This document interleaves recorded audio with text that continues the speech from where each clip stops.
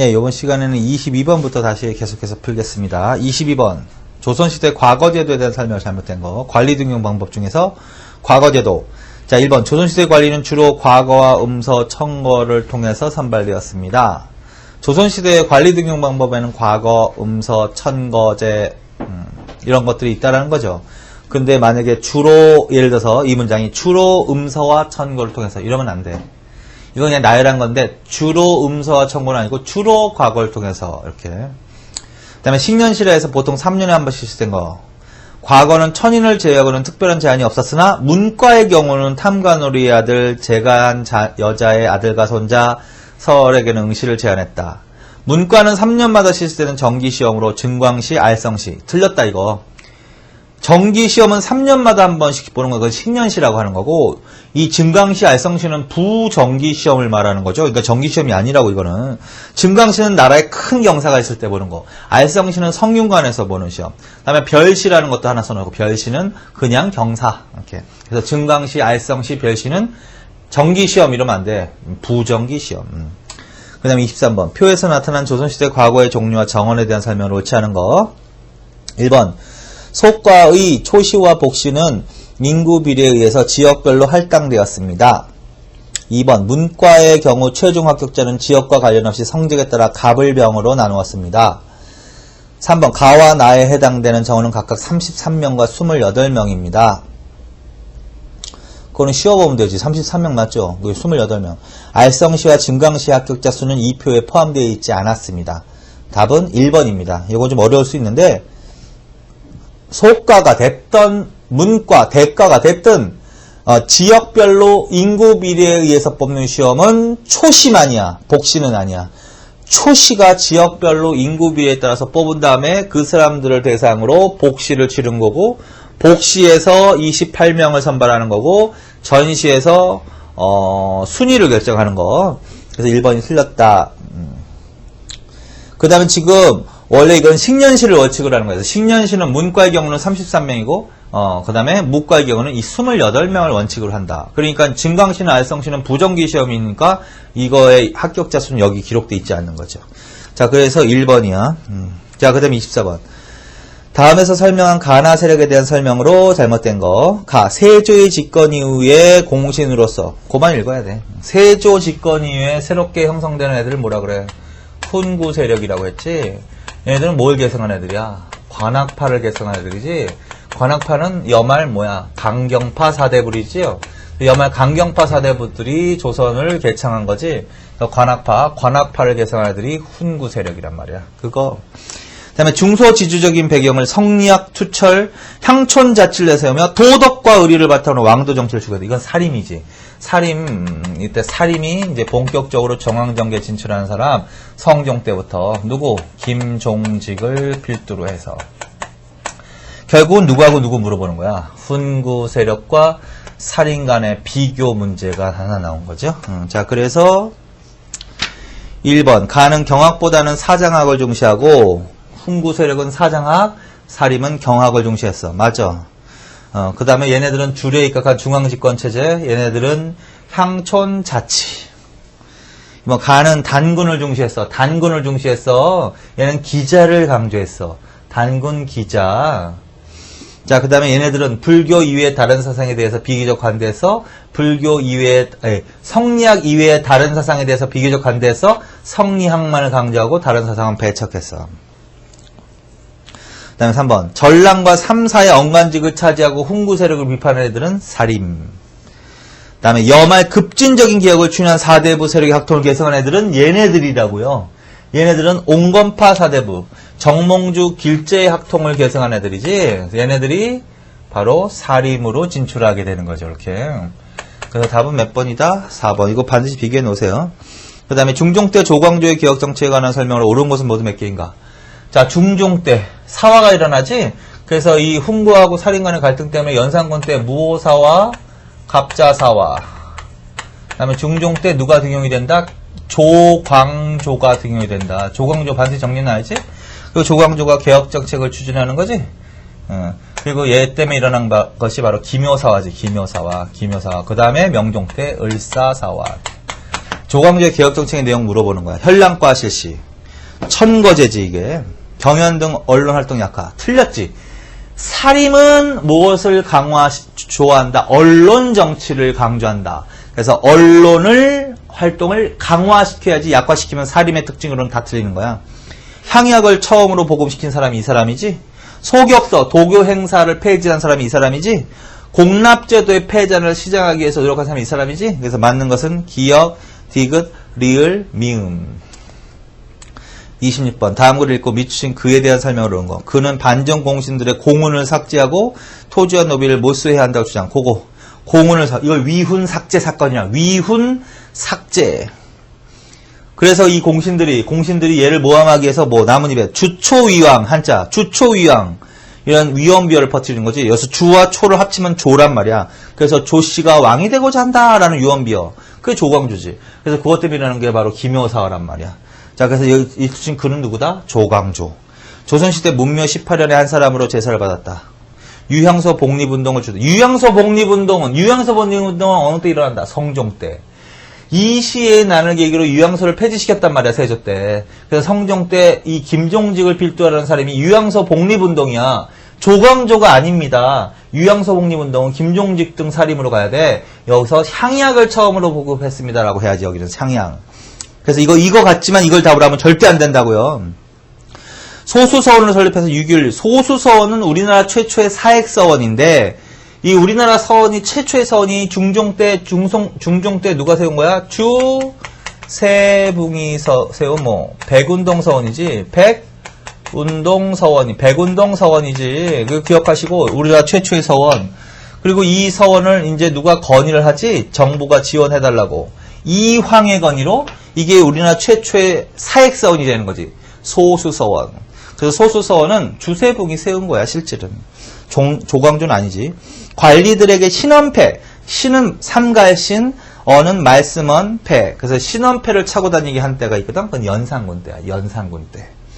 연산군은 언론, 그러니까 살인도 탄압하고 훈구 세력도 탄압한 사람이지, 언론을 탄압했지. 그래서 그거와 관련되는 거야, 신원패. 그래서 답은 뭐다? 1번입니다. 그래서 문묘는 뭐냐면 조선시대에 유교 선현을 모셔놓고 제사 지내는 곳인데 18명이 총 문묘에 18명이 모셔져 놓고 제사를 지내고 있거든. 그런데 이제 조선시대 사람이 아닌 사람 4사람 좀 기억하고 조선시대 사람이 아닌데 조선시대 문묘에 모셔놓고 제사 지내는 사람이 있어. 그게 이제 통일신라시대 때 화한계를 저술한 설총이라는 사람하고 그 다음에 신라하대 시무식조의 개혁안을 올린 최치원이라는 사람도 여기에 들어가 있고요. 그 다음에 고려시대에 성리학을 도입한 사람, 안향이라는 사람 들어가 있고, 안향은 안유라고도 해. 그 다음에 동방이야기조로 불렸던 정몽주, 이런 사람들은, 조선시대 문명에 모셔져 있고, 나머지 14명은 조선시대 사람이거든요. 근데 그거 다 외울 필요 없고, 여기에 중요한 사람인데, 그러니까 유명한 사람인데 문제가 나올 만한 사람인데 여기에 들어가 있지 않는 사람을, 얘네들은 들어가 있는 거고, 나머지는 14명은 조선시대 사람인데 들어가지 않는 사람을 정리해놔. 정도전은 문묘에 없어. 김종직 없어. 그 다음에 조식이라는 사람도 없어. 조식은 어느 때 나오는 거야? 북인을 형성하는 게 조식학파지, 조식학파. 그래서 이 광해군 때 무슨 일이 있어? 조식의 제자인 정인홍이가 뭐야? 회퇴변척에 소를 올리지. 회제 이연적과 퇴계 이황을 문묘에서 빼자. 그리고 자기 스승인 어떻게? 조식을 앉히자. 그리고 회퇴변척에 소라고 했죠? 그래서 그게 나오게 된 배경이 조식은 문묘에 없는 거야. 그래서 정도전, 김종직은 없어. 그런데 비교해서 같은 사람인데 물어볼 수가 있지? 근데 조광조는 들어가 있단 말이야. 그래서 1번. 문묘 10편연의 한 사람으로 제사를 받았다. 좀 어려운 문제이긴 하지만, 자, 그래서 공부를 하시고, 그 다음에 27번. 우리나라와 일본의 관계에 대한 설명으로 옳지 않은 건 대외관계다, 이제. 자, 조선 초에는 부산포, 제물포, 연포 등 3포를 개항해서 일본 상인과 무역을 형했다. 무조건 틀렸어? 무조건 틀렸어. 왜 무조건 틀렸어? 제물포는 아니죠. 나 세종대왕 때죠. 세종대왕 때, 15세기에 외국화역의 세종대왕 때, 대마도 정벌. 이종무로 하여금, 그치? 그 다음에 삼포개항. 삼포개항은 뭐야? 부산포, 제포, 연포지. 부산포, 제물포는 인천이거든. 아니라고. 그 다음에 개해약조. 개해약조에서 무역에게 제한된 무역을 허용했다. 다 어느 왕으로 간다? 세종대왕 때. 무조건 틀렸단 말이야, 이거. 해동제국기는 신숙주가 세종 때 일본에 다녀왔던 경험을 기록한 견문기. 맞지? 해동제국기. 문제도 풀었죠? 그런데 이 성종 때지. 편찬된 시기는 어느 때? 성종 때라고 해야 되지? 신숙주. 해동제국기는 세종대왕 때 일본에 다녀왔단 말이야, 신숙주가. 근데 이제 그거 일본을 여행한 견문기인 해동제국기, 신숙주의 해동제국기는 어느 때 편찬된다? 성종 때 편찬된다. 자, 그 다음에 강항은 임진왜란 때. 임진왜란 때 많이 일본에 끌려가죠? 포로로. 임진왜란이 일어나는 게 선조 때지? 이때 끌려간 사람 중에 한 사람이라고 이해하시면 돼. 강항. 이황의 제자라고 하면, 이황의 제자. 그래서 이 사람에 의해서 임진왜란의 전란의 영향 중에 하나가 뭐야? 일본 성리학 발달에 기여한다. 그래서 이항의 성리학이 전래되는 거야. 간양록이 바로 이 사람의 견문기다. 임진왜란 이후에 파견된 통신사는 국학운동. 맞지? 임진왜란 이후에 일본에 뭐가 파견돼? 통신사가 파견되기 시작하지? 근데 이제 19세기에 일본의 국학운동이 일어나서 중단되었다. 그래서 옳지 않은 것은 1번입니다. 28번. 다음을 시대순으로 발견하여란 것은 부산포에 외관을 설치하고 세견선 20척, 세사미도 100석으로 하였대. 세견선 50척, 세사미도 200석으로 제한했대. 군사 문제 대처하기 위해서 비변사 설치했대. 비변사. 왜구가 전남 달랑포와 이포를 침범하자 조선은 일본과의 교류를 단절했대. 아, 이거 좀 어려울 수 있죠? 근데 일단 제일 쉬운 건 디귿이야. 반드시 알아야지, 그 정도는. 비변사 설치에 기회가 됐던 게 뭐야? 그게 바로 중종 때 일어났던 뭐다? 삼포외란이지. 삼포외란. 일본과의 삼포외란. 이때 비변사 설치의 기회가 되었습니다. 그래서 이때 교류가 단절되었으나 대마도주의 간청으로 다시 임신조약을 맺고 교류를 허용하였다. 그 다음에 사량진 외변이 또 일어난다. 그리고 또 교류를 단절하였으나 이때 또 정미조약을 맺고 교류를 허용한다. 그 다음에 을묘 외변을 계기로 교류를 단절시켜놨다. 그런 상태에서 임진왜란이 일어난 거야. 그래서 비변사 설치 계기가 된 사건. 반드시 알아두세요. 이거는 제일 쉬운 거니까. 그 다음에 이제 뭐냐면 숫자가 나오는데 부산포에 외관을 설치하고 부산포. 조선 정기에는 몇 개를 개항했어? 부산포, 제포, 연포에서 3개를 개항했는데 부산포만 개항했다고 나왔지. 부산만 나왔잖아. 그거는 바로 임진왜란의 이후야. 임진왜란 때는 기유약조를 체결하고 부산만 개항을 한다. 부산만 개항한다. 그거 반드시 기억해놔. 그 다음에 숫자는 50척 200석. 이게 개해약조야. 그래서 세견선 50척, 세사미도 200석으로 제한했는데 요 임신조약 때 절반으로 확 줄인다 그랬죠. 그래서 25척 100석으로 줄였습니다. 요거는 임신조약이라는 거지. 자, 그 다음에 리을은 교류를 단절했다. 그 달랑포 이포를 침범한 그게 바로 이게 을묘외변을 말하는 거야. 교류를 단절했다. 그럼 순서대로 해보세요. 그럼 뭐가 먼저야? 니은 개해약조. 그 다음에 디귿 삼포외란. 그 다음에 뭐야? 기역. 아니야. 리을 을묘외변. 그 다음에 기역 기유약조. 이렇게 가는 거죠. 요 부분은 좀 어렵다. 만약에 나오면 어렵다. 조금 정리를 해 놓으시면 돼. 그 다음에 29번. 조선시대 일본과의 대외관계에 대한 설명을 옳지 않은 거. 임진왜란이 끝난 뒤 일본의 독국가와 막부의 강화 요청을 받아들여 국교를 제기했다. 2번. 조선 초 일본인들의 경제적 욕구를 충족시키기 위해 세계 항구를 열어 기한적으로 교역을 허락했다. 3번. 세종 때 이정무가 스시마 섬을 정벌 스시마 도주의 항복을 받았다. 4번. 17세기 초부터 일본에 개항할 때까지 정기적으로 통신사를 파견했다. 뭐야? 4번이지. 통신사는요, 일본에 개항할 때까지가 아니야. 일본에 개항할 때까지가 강화도 조약이잖아. 아니란 말이야. 임진왜란 이후 파견되기 시작해서 1811년이란 말이야. 순족 19세기 초까지. 그래서 요게 틀렸다. 나머지는 맞단 소리지. 그 다음에 30번. 조선 후기 중국, 일본과의 관계에 대한 설명 중 가장 적절하지 않은 거. 1번. 임진왜란 이후 조선은 일본과의 외교 관계를 단절하여 서로 왕래가 전혀 없었습니다. 거짓말이죠. 틀렸죠. 임진왜란 이후에 다시 교류를 재개한단 말이야. 기유약조. 맞지? 통신사는 여기다 써놔야겠다. 통신사는 기유약조. 이거 무조건 틀렸지, 이거. 2번, 만주지방에 대한 국경 분쟁으로 조선과청은 정계비를 세워 국경을, 맞지? 이거 비석 하나 외워야죠. 백두산 정계비지, 숙종 때. 백두산 정계비. 백두산 정계비. 백두산 정계비. 이거 반드시 알아놔야지. 간도지방 영토 분쟁을 일으킨 비석. 백두산 정계비. 조선은 19세기 말 울릉도에 군을 설치하여 관리를 파견하고 독도까지 가더라겠다. 이거는 대한제국 때, 근대사회 때 공부한 거지. 대한제국 때, 이때는 무슨 정책해? 개척정책. 원래는 울릉도하고 독도에 대해서 무슨 정책을 폈어? 그전에는 공도정책.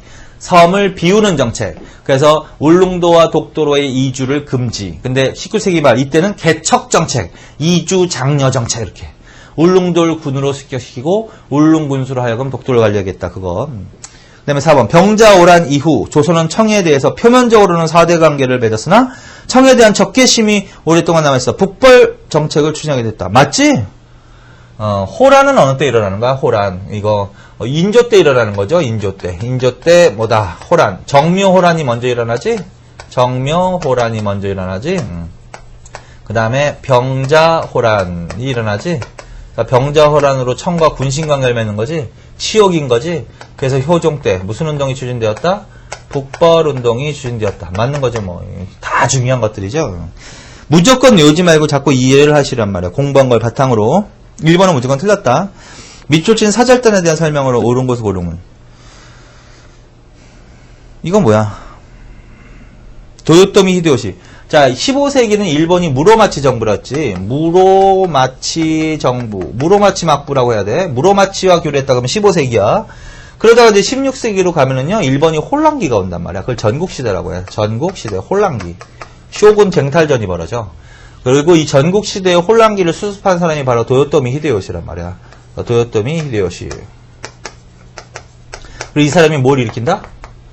임진왜란을 일으킨 사람이야. 그리고 이 사람이 임진왜란 막바지에 사망한단 말이야. 그리고 사망한 다음에 그 다음에 이제 도쿠가와 이에야스라는 사람이 동경, 에도에 막부를 설치했다. 그래서 에도 막부. 자, 그래서 조선 정기에는 무슨 정부하고 교류했지?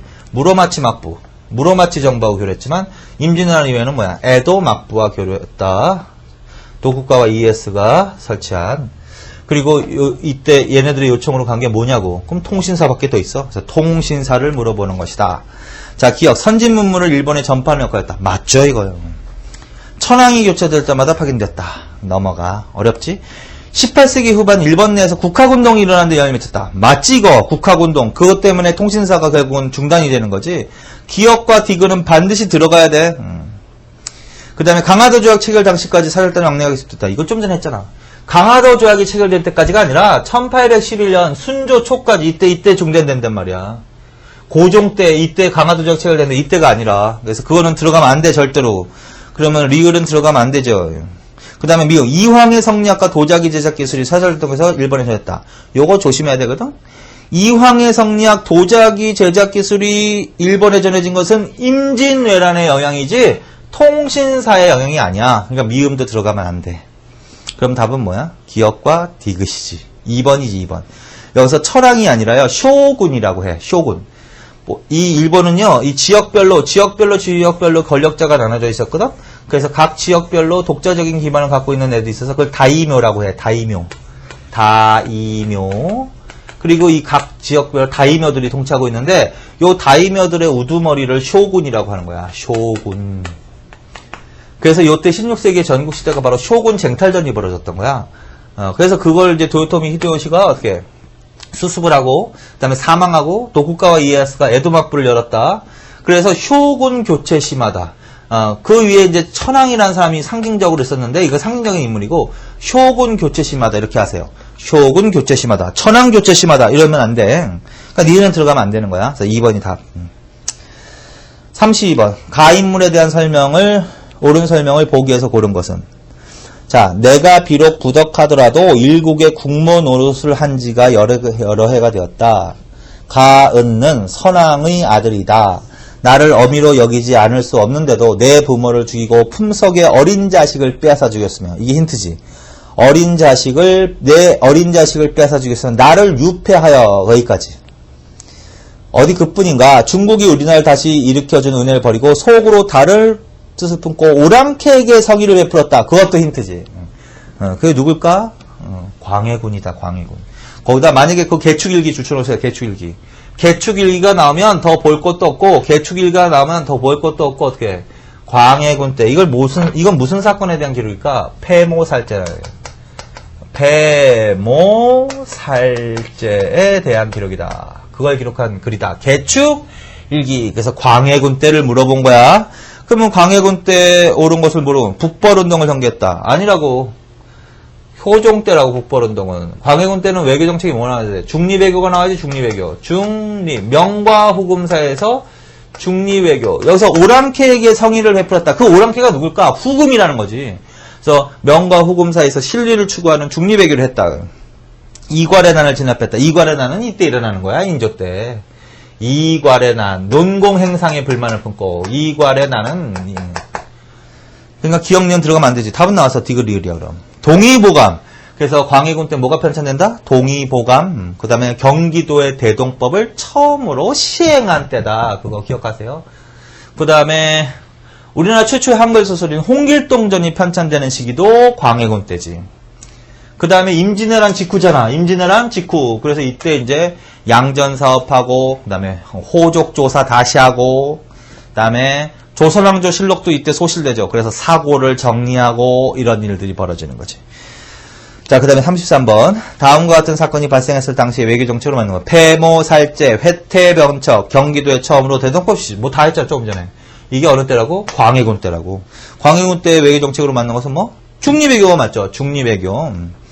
나선정벌은 어느 때 일어나는 거야? 효종 때. 북벌운동과 나선정벌. 이건 뭐야? 청해 요청으로 조선의 조총부대가 2차례 파견되어서 러시아와 전투를 벌여서 승리한 전투지. 북벌론, 그게 북벌론. 북학론은 뭘까? 북학. 북벌의 반대 개념이지. 청으로부터도 배울 게 있다. 그래서 정조 때지, 정조 때. 북학파라고 일명 걔네들 하지. 홍대영, 박지원, 박채가 이런 애들. 북학운동 이렇게 되는 거죠. 자, 그 다음에 34번. 다음을 읽고 밑줄 친 이 사건이 일어난 시기에 대한 설명을 잘못된 거. 이 사건은 반정에 참가했던 세력이 논공행상의 불만을 품고 평안북도에서 반란을 일으킨 것이다. 서울까지 점령당하는 등 사태가 확대되었으나 정부군에 의해서 진압되었다. 그러나 이후 난에 가담했던 자녀색이 후금으로 도망가서 후금 침공에 빌미를 제공하게 됐다. 이게 바로 뭘까? 그 이거래는. 이 인조 반정에 참여했던 공신이었으나 논공행상의 불만을 보이시는 논공행상의 불만을 품고 평안도에서 서울까지 점령 후금 침공의 빌미. 그래서 이괄의 난의 결과 중에 하나가 바로 정묘호란이 일어나게 된 배경이라고요. 자, 그래서 이 시기에 대한 설명을 잘못된 거. 등거리 외교를 버리고 화의사색익화 외교정책을 추진했다. 맞지? 등거리 외교는 뭐 말하는 거야? 이건 중립외교 말하는 거고, 요때 인조 때는 뭐야? 친명 배금 정책. 그거 말하는 거죠, 지금. 친명 배금 정책을 추진했습니다. 이괄의 난이 발생했습니다. 이게 바로 정묘호란의 배경이 됩니다.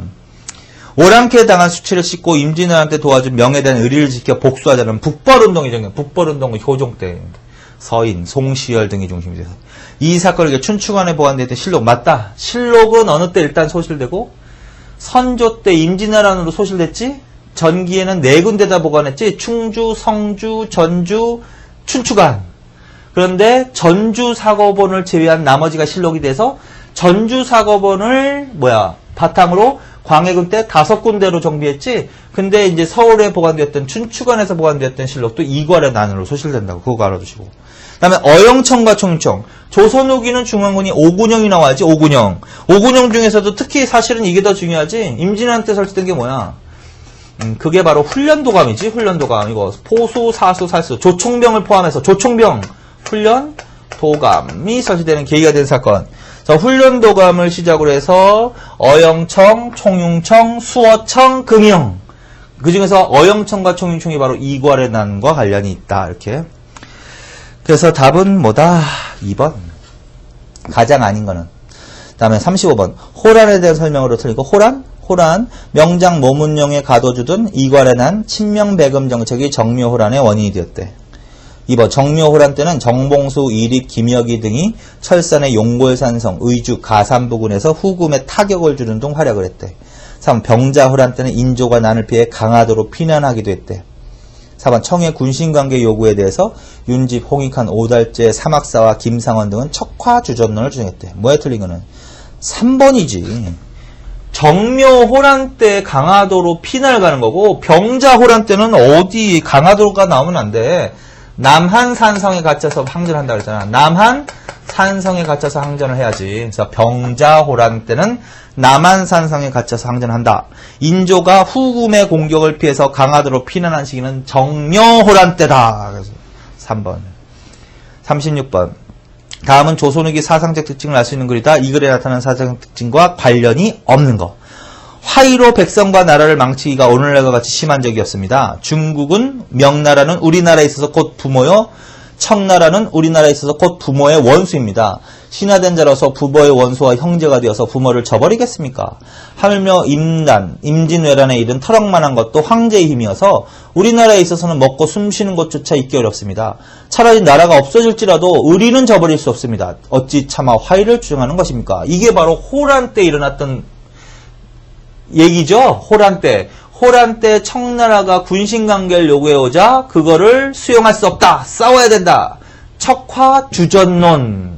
이게 척화죠. 이거 굉장히 잘 나온 사주니까 반드시 알아놓으라고. 반면에 청이 현실적으로 강하니까 일단 수용하자. 훗날을 기억하자. 그걸 주화론이라고 했지. 그래서 척화주전론의 글이야 이 글은. 자, 그래서 여기에 들어가 있는 사상과 관련이 없는 게 뭐냐. 송시열, 송중길 등은 효종 때 청을 정벌하기 위해서 북벌운동을 정했다. 맞지? 같은 사상이지. 친명배금 정책, 그 다음에 척화주전론, 싸우자. 북벌운동, 이게 같은 운동이지. 숙종 때 서인은 송시열의 유래에 따라 화양선에 만동묘를 건립했다. 이것도 숙명반청의식을 보여주는 거 맞지? 숙종 때 만동묘하고 뭘 세운다? 만동묘하고 대보단을 건립합니다. 그것도 알아두세요. 요새 잘 나오는 거니까. 그 만동묘는 송시열을 모시는 서원인 화양서원에 설치한 거고, 대보단은 창덕궁, 궁궐 안에 세운 거야. 이거 뭐 하는 거야? 명나라, 임진왜란 때 우리나라를 도와준 명나라 황제를 제사 지내는 곳이란 말이야. 만동묘고, 명나라 황제 제사 지내는 곳이라고, 청나라가 아니라. 그래서 숙명반청의식을 보여준다. 서인들의. 3번 인조반정으로 정권을 잡은 서인 세력은 친명배금 정책으로 외교 정책을 전했다. 그러니까 사상적 특징을 말하면 요 친명배금, 그 다음에 이때 척화주전론, 북벌운동, 만동묘하고 대보단 이게 다 같은 사상이라는 거지. 성리학에 투철한 사상이라는 거지. 화의 사상에 투철한 사상. 18세기 후반 노론 일부는 인성과 물성이 같다는 인물성 동론을 주장했다. 자, 인물성 이게 호락논쟁인데 18세기의 철학논쟁 호락논쟁인데 호론과 낙론인데 그 중에서 그거 중요하죠. 그 중에서 북학파에 영향을 미친 게 바로 낙론이야. 인물성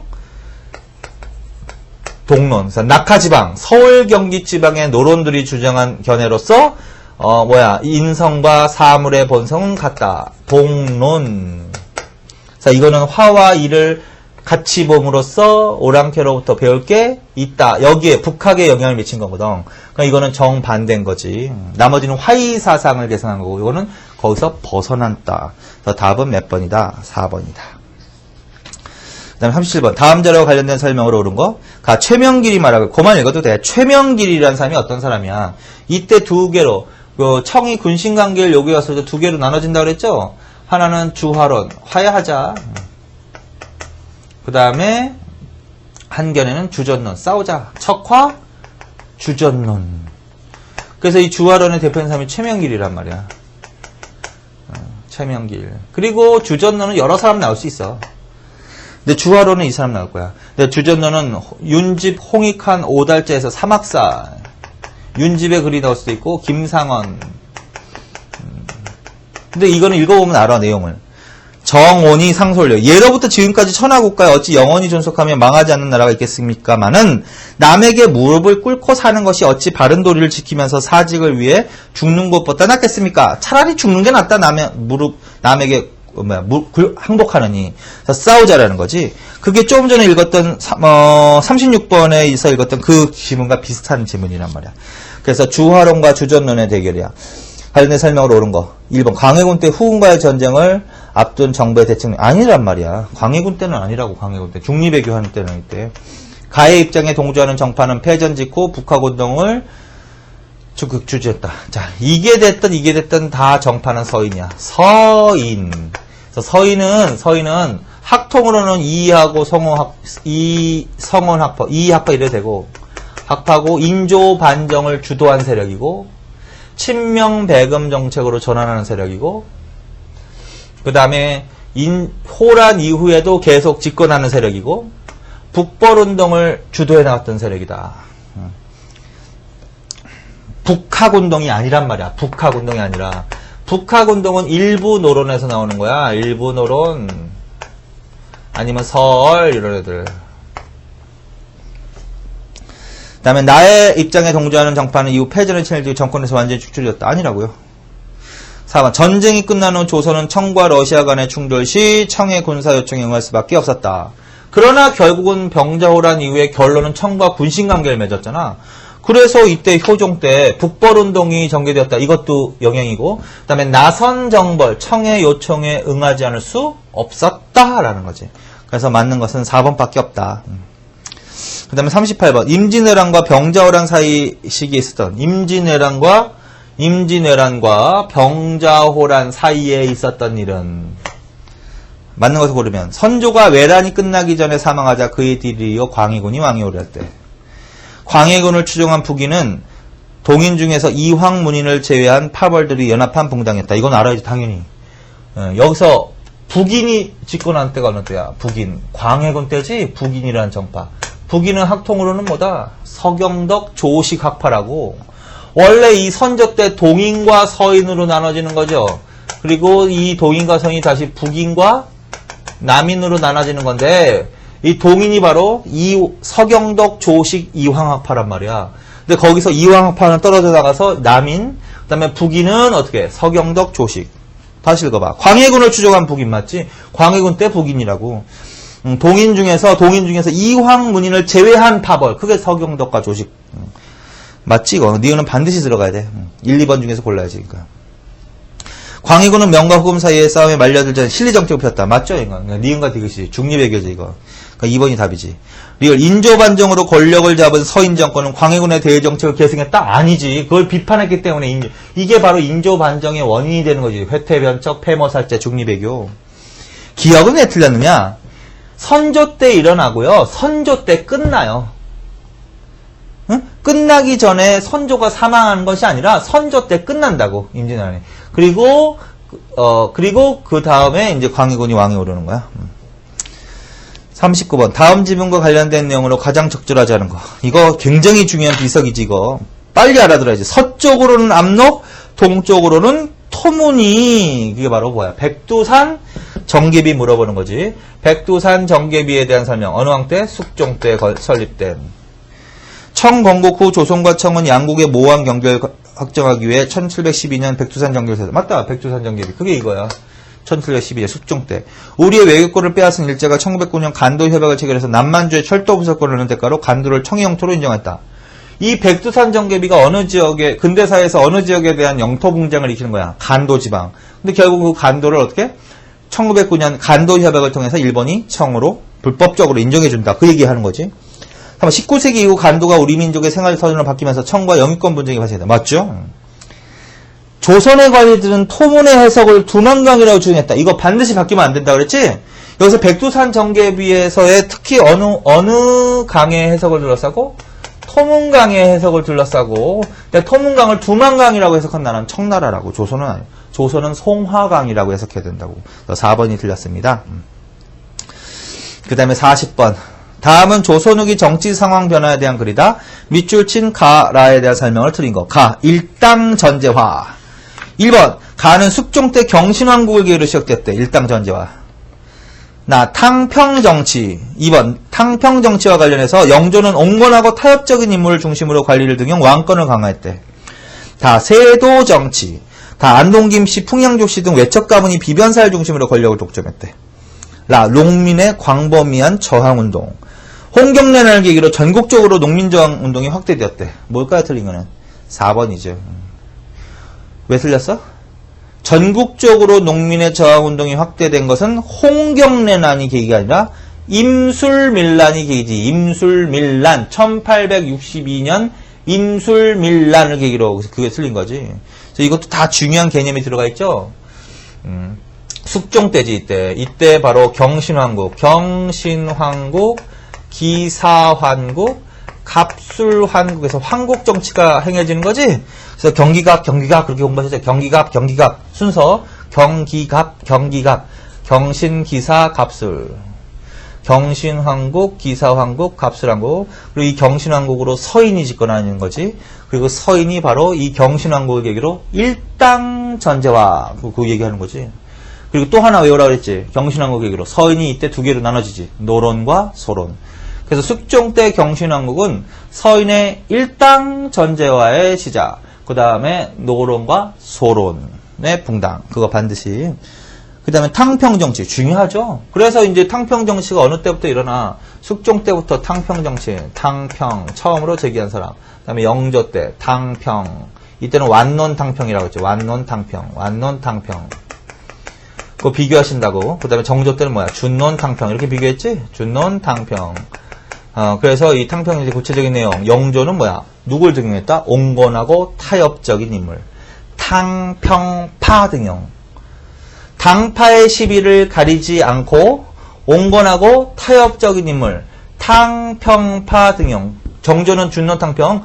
당파의 시비를 명백히 가리는 준논탕평. 이땐 시파 등용 이렇게 해야 되는 거죠. 자, 그래서 그거 반드시 구분하세요. 맞는 거지 뭐. 그 다음에 세도정치는 순조, 헌정, 철종 3대에 걸쳐서 행해진 게 세도정치죠. 소수 외척 가문이 권력을 독점하는 거 맞지? 그게 이제 안동, 김씨, 풍양조 씨가 가장 대표적이다. 그치? 이때는 어디를 중심으로 정치가 행해졌다? 비변사. 자, 비변사가 최고기관화 된다. 그 다음에 의정부와 육조는 유명무실해진다. 그렇게 공부를 하셔야죠. 그리고 이제 순조 때 일어난 게 바로 19세기의 밀란이야, 밀란. 홍경래난이 있는데, 이거는 평안도에서만 일어난 거야. 그 다음에 철종 때, 1862년에 임술밀란이 일어난다. 그래서 두 개는 반드시 기억해놔야 되고, 정리해놔야 되는데, 임술밀란은 진주밀란을 시작으로, 전국적으로 밀란이 확대되어 나가는 때다. 반드시 두 개. 근데 홍경래난이 아니란 말이에요. 그래서 그거 틀렸죠, 4번. 그 다음에 41번. 다음은 조선후기 군사제도에 대한 설명 중 옳은 것으로만 묶은 거. 정규군 이외에 서리, 자팍인, 노비 등을 소속시킨 일종의 예비군을 운영했대. 이게 뭘까? 이게 뭘까요? 그거 잡세꾼이야. 잡세꾼. 조선정기에 노비가 포함되어 있는 양천 혼성군 잡세꾼하고, 요건 특징 수업할 때 주의하시라고. 뭐하고 구분하시라고. 소고군하고는 구분하시라고 그랬지? 임진왜란 소고군 시세, 소고군. 그래서 조선후기의 지방군은 소고군인데, 소고군은 양반에서 노비에 이르기까지 이렇게. 이렇게 해야 돼. 이거는 구체적으로 계층이 나온다고 그랬지? 서리, 자팍인, 노비들 이런 식으로 계층. 아까 읽었죠? 소고군 문제. 전기 군역제도 할 때, 군사제도 할 때. 양반에서부터 노비 이르기까지. 그래서 이것도 노비가 들어왔다. 공통인데 이거는 예비군이고 이건 상비군이란 말이야. 정규군이란 말이야 이거는. 그리고 여기는 농민이 들어간다 그랬지. 농민을 포함한. 여기는 농민이 들어가면 안 된다 그랬죠. 그런 것들 반드시 구분해 놓으세요. 그래서 기억은 잡세꾼이야. 근데 조선후기 군사제도 물어봤으니까 이건 답이 될 리가 없죠. 어쨌든. 그냥 기억이 들어가면 무조건 틀리는 거야. 1번, 4번은 탈락. 중앙군은 궁궐의 5위. 조선 전기의 중앙군은 뭐라 그래? 중앙군은 5위. 지방군은 뭐라 그래? 영진군. 이게 진관, 제재 이렇게 나와야 되잖아. 니은데 들어갈 리가 없지. 그렇죠? 니은데 들어갈 리가 없지. 그럼 답이 나왔어. 3번이야. 기억과 니은은 절대 들어가면 안 되는데 그러면 3번밖에 없죠.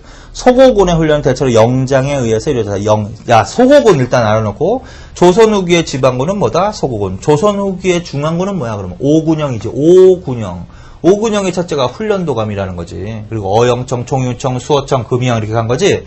그래서 훈련도감하고 소군 특히 더 알아두고, 그 다음에 영장은 뭐냐면 영장제라고 돼. 뭐냐면 그전에는 이제 군 통수를 관찰사 내지는 수령들, 지방관들이 이거를 지휘했죠, 군대를. 그러면서 근데 이들은 문관이야. 무관이 아니라 문관이거든. 문관. 그러면 문관이 전문적 지식도 없는 애들이 군사훈련을 시키다 보니까 결국은 어떻게 임진왜란한테 깨졌다고 생각한 거야.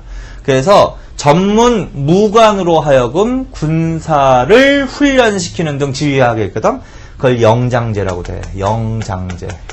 영장제라고도 알아놔. 영장에 의해서. 그게 영장제다. 무관에 의해서 군사훈련을 시키게 한다. 이건 이제 17세기에 나온다 이러면 돼. 임진왜란을 계기로 이렇게 소고군 실시와 함께 이렇게 이런 식으로 이해하세요. 그 다음에 지방군은 주진군과 주영군. 이건 고려시대니까 고려시대로 넘어가면 되고. 훈련도감의 살수는 장기간 근무를 하고 일정한 급료를 받는 상비군이었다. 이게 맞는 거지. 훈련도감은 포수, 사수, 살수. 그 중에서 포수, 사수, 그 다음에 살수만 하나 얘기를 든 건데 포수, 사수, 살수, 조총병이 포함된 거 기억해. 그러면 이거 훈련도감이구나. 훈련도감의 병사들은 직업군인, 급료를 받는 직업군이란 말이야. 그래서 그거 기억하시면 돼. 그래서 답은 몇 번이다? 3번 디귿과 미음. 42번 다음 내용과 관련된 군사조직에 대한 설명으로 맞는 거. 외방 곳곳에서 도적들이 일어났대. 나는 청하기를 당송미 1,000석을 군량으로 하되 한 사람당 하루에 2승씩 급료를 준다면 급료줄. 사방에서 군인을 응원한 자가 모여들 것입니다. 라고 하였다. 얼마 안 되어 수천 명을 얻어 조총 쏘는 법. 조총, 동그라미 쳐놔. 조총. 창칼은 기존부터 있었는데 여기에 조총병을 포함한 거야. 가르치고 초관과 파총을 세워. 그만 읽어도 돼 이제. 그리고 서해 집. 서해에다가 좋잖아. 서해가 유성룡이거든. 유성룡이 바로 임진왜란 때 전란을 수습하는데 공이 많았던 사람이야. 서해는 유성룡을 말한다. 이황의 제자인데 유성룡 요 사람인데 요 사람이 건의한 거야. 뭘까 이게? 훈련도감이지. 포수, 사수, 살수. 급료를 주자. 유성룡의 건의로. 그거 기억하세요. 군사조직. 그럼 뭐야? 훈련도감 물어보는 거잖아. 옳은 것은 1번. 양반에서부터 노비에리까지 편제 대상이 되었다. 양반에서부터 노비에리까지. 이건 소고군. 서리, 잡학인, 신야역천인 등이 소속되어 유사시에 동원되었다. 이거는 잡색군. 구분하라고 그랬지?